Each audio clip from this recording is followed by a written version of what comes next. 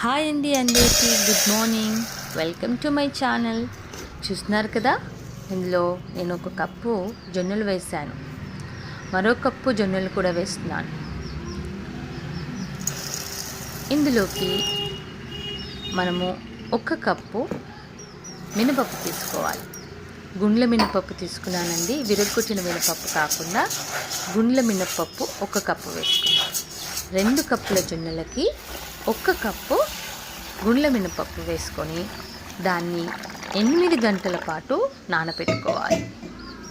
మీరు ఉదయాన్నే నానబెట్టుకుంటే రాత్రి వరకు చక్కగా నాని గ్రైండ్ చేసుకున్న తర్వాత చక్కటి దోశలు రెడీ అయిపోతాయి. ఒకవేళ మీకు మార్నింగ్ కావాలనుకుంటే నైటే నానబెట్టేసుకొని ఉదయాన్నే లేచి గ్రైండ్ చేసుకుంటే ఇలా చక్కటి దోశలు వచ్చేస్తాయి.